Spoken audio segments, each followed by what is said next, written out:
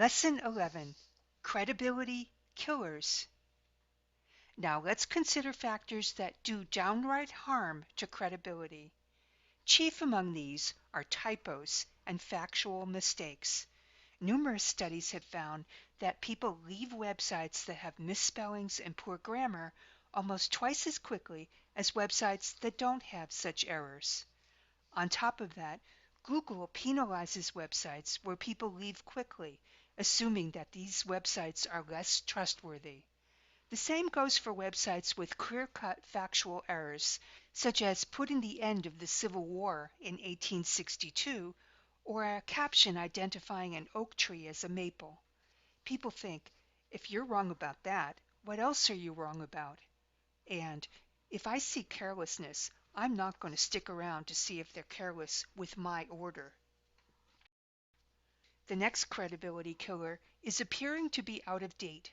I've had the experience of finding a website in March that has Christmas decorations still up, or a link for seminars where they're encouraging you to sign up for events that happened 2 years ago. Check your photos of technology also.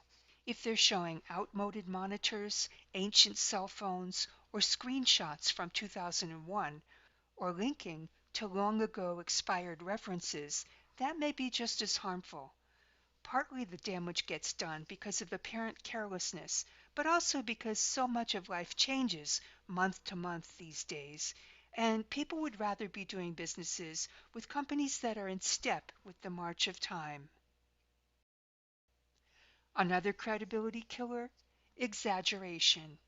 Here you see an electric company claiming they're the only company on earth who can do what they do.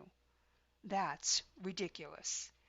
And you can't help wondering what problems you might run across dealing with a company or business owner that truly believed that about themselves.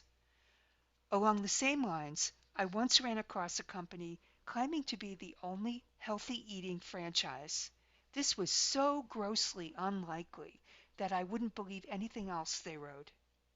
And twice I've run across people claiming to be the first on something that I myself did publicly 10 years earlier. Be careful with words like unique or first, because if they're pure hype, your credibility goes down the drain. Next, are you claiming something that seems too good to be true, that's hard to believe? This is tricky.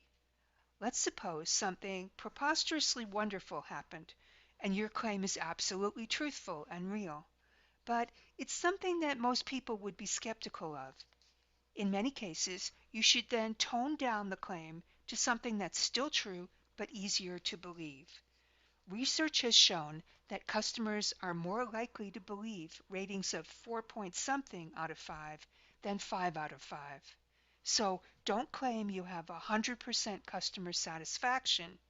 Instead, claim you have upwards of 96% satisfaction. That's true and easier to believe.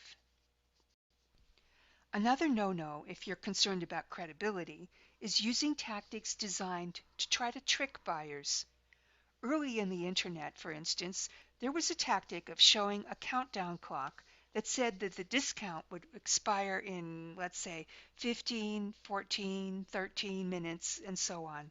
But the countdown would in fact automatically reset. So if you went back later, the discount would still be there. Of course, someone who would do that has no right to expect us to trust them. The same goes for offering something that appears to involve the customer in lying or trickery. For example, there are quite a number of services that encourage you to advertise a live webinar that in fact is automated, previously recorded. Attendees think they're experiencing a live program, but they're not. Isn't that deceitful what the company is encouraging? I've spoken with many consumers who feel that it is. And finally, you kill credibility when you offer something fantastic and then partly take it back in the small print. For example, your headline says free vacation, and in the small print it says pay only your transportation and taxes. Readers particularly hate seeing asterisks on a website, and having to hunt down what the small print qualifier is.